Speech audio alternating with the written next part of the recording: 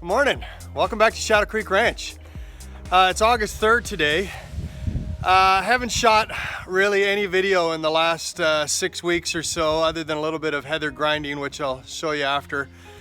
I've just been too busy working, and so I haven't really got any like time-lapse progression of the work being done here. I'm just going to tell you, it has been an absolutely grueling, brutal, exhausting 6 or 7 weeks.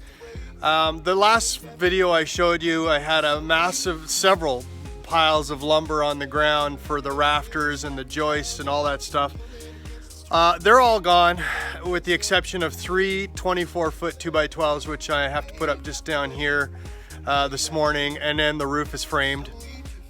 After that, it's just the 2x4 cross purlins that you can see there. They allow for ventilation, cross ventilation, and then the plywood. I mean, that's a big job, but it's not, you know, a 1/2-inch plywood's pretty lightweight compared to 3/4-inch plywood, and I should be able to get it done in about 3 or 4 days or so, have it ready for shingles. But let me tell you, I don't mind telling you, I was intimidated when they finished the log work. And I looked up at the height of the ridge logs and the big lookout logs called purlins. I was like, oh my God, how am I going to possibly do this by myself? And really, I probably shouldn't have done it by myself, but I had no other choice. Unfortunately, Scott wasn't able to come help me. So just through sheer will, I mean, that's all it was sheer will.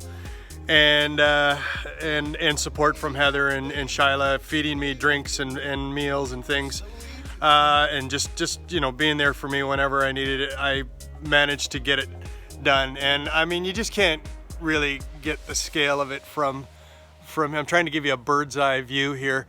You know, I've got 4 intersecting valleys here below me.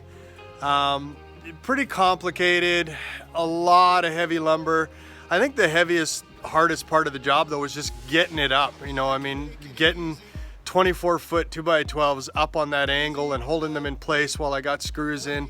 Yeah, I wouldn't do it again, not a chance. The project as a whole, 100%. We're loving this. We're building our dream house. Framing this roof, not a chance. I don't think I have it in me to do it again, and I would never recommend it. You know, next time you want to have like 3 guys for sure. You want to have one up on the peak, one down, lower down, and somebody feeding lumber or balancing lumber or something. A crane would be nice. But anyhow, I'm there, and we've decided to sub out the shingle work, which is a big bonus. It wasn't really in our budget, and it's not in our budget, but you know what? I'm beat. Like I'm ready just to get onto the interior framing. So there you have it. Now that the roof has been framed, James from Summit has come back to trim off the end of the ridge log and the purlins in line with the rafter, and then the fascia board will go on top of that and cover up the gaps up there. But doing a beautiful job on that piece.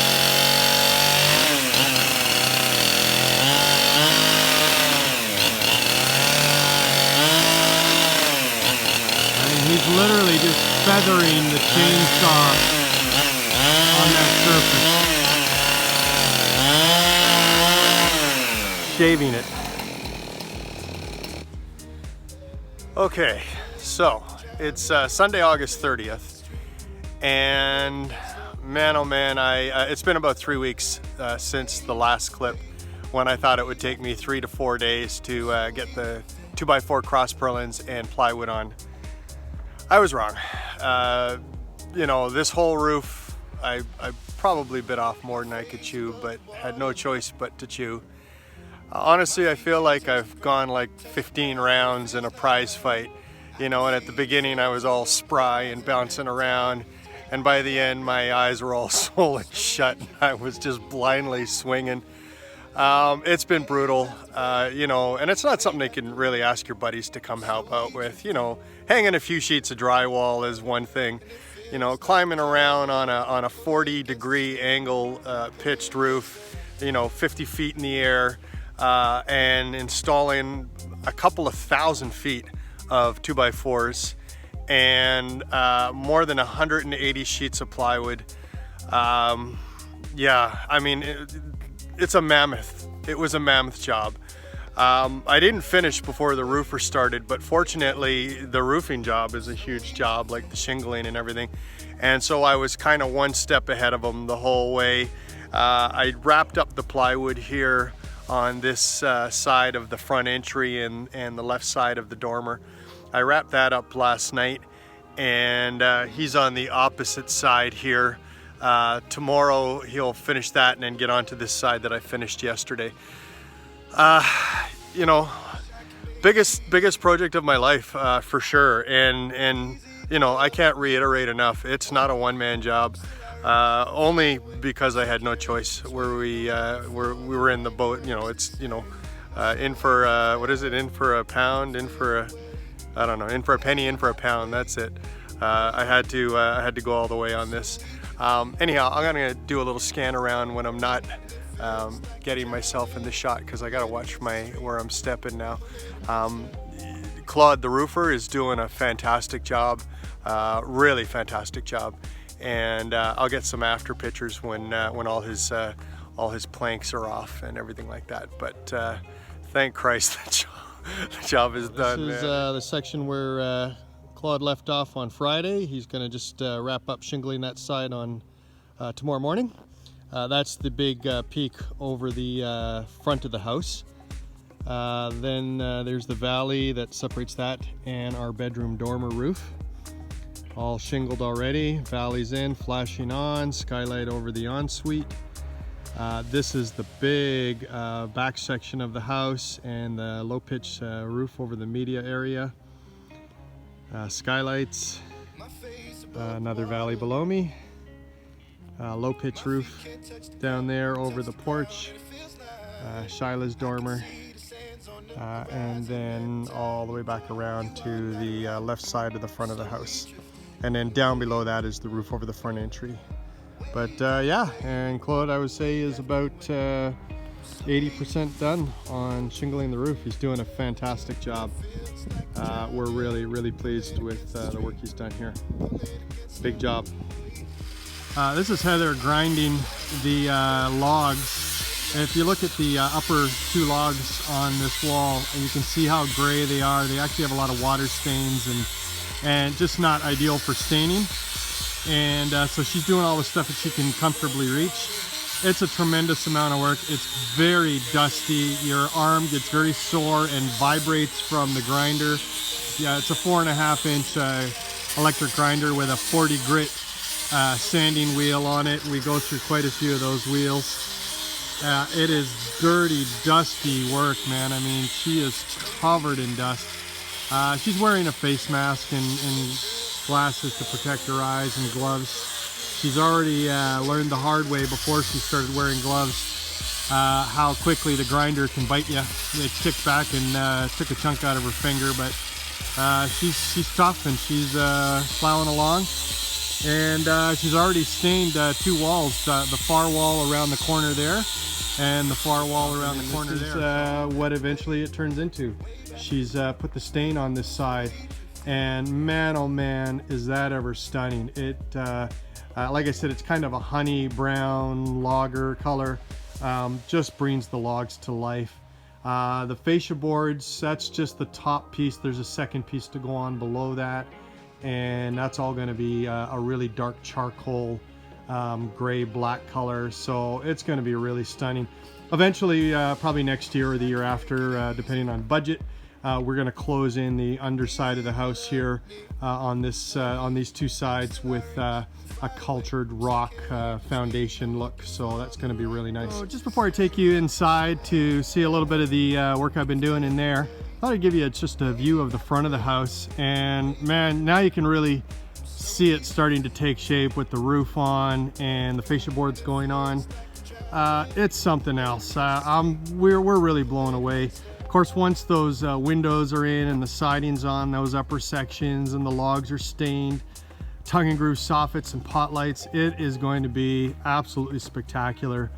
You know, especially at Christmas, because we're like Christmas nuts. And you know, with beautiful lighting and big stairs and railings all covered up with Christmas lights and everything, it's going to be really, really pretty. Check out these beautiful cedar posts at the front that the guys at Summit chose for us. They are really nice, big flares on the bottom. The load transference is onto the concrete piers, which I poured at the beginning of the project. The boxes are more facade than anything. They will be covered in concrete board and then a cultured rock and slate, real slate tops here. There's a little sample of the slate that's going to go on there. So that's going to give it a really substantial base and look very impressive at the front entry. So yeah, and then we go in to the front, and one of the most impressive things here is going to be the look up all the way up to the vaulted ceiling, and the huge ridge logs up there. They are something else, and when they're stained and come to life as the ones I've showed you outside, man, oh man, that's going to be something else. And then we have the 4 converging valleys. When they're drywalled, like when all that ceiling is drywalled and has pot lights, you know, I'm thinking we're going to submit it to like Architectural Digest or something, because it's going to be beautiful. Here's our front entry door that I will install once the roof over the entry's done. And I won't give you the whole big tour right now. I think I'll save that for when we get a little further along. But yeah, a couple of big cedar tree posts here on either side of the entry into the sort of the great room kitchen area. The kitchen will be over here on the right. And there are interior partition walls still to go up. So it is an open concept, but not like entirely open. You can see here the ceiling and the massive logs that come all the way through to the back deck and overhang, big covered back deck, and huge overhang, 10-foot overhang out there. And then the fireplace is what I'm going to be working on right now. There's the insert unit. It doesn't look all that impressive right there. The sheet metal is just a protective covering. Once it's installed and the doors are on and all the rock work is done, it's going to be really, really beautiful. So this is what I'm building right now. It's the hearth, which is done, and that's all cement board. And the next thing I'm going to do, if you can see those lines there, lots of lines, but that particular one that's like there, in that section there, that's where the raised platform will go, and that's what the fireplace will sit on. So I'll show you what that looks like after. And yeah, there's lots of windows, beautiful French window, French door, window, out looking into the forest. And yeah, it's gonna be really something else once we get a little further along. But it's starting to take shape here. There's the logs that support the loft above, and one of my favorite views is that view. That's my favorite view, actually. Yeah, to me that's just a stunning piece of design work and log work. It's wow, beautiful stuff.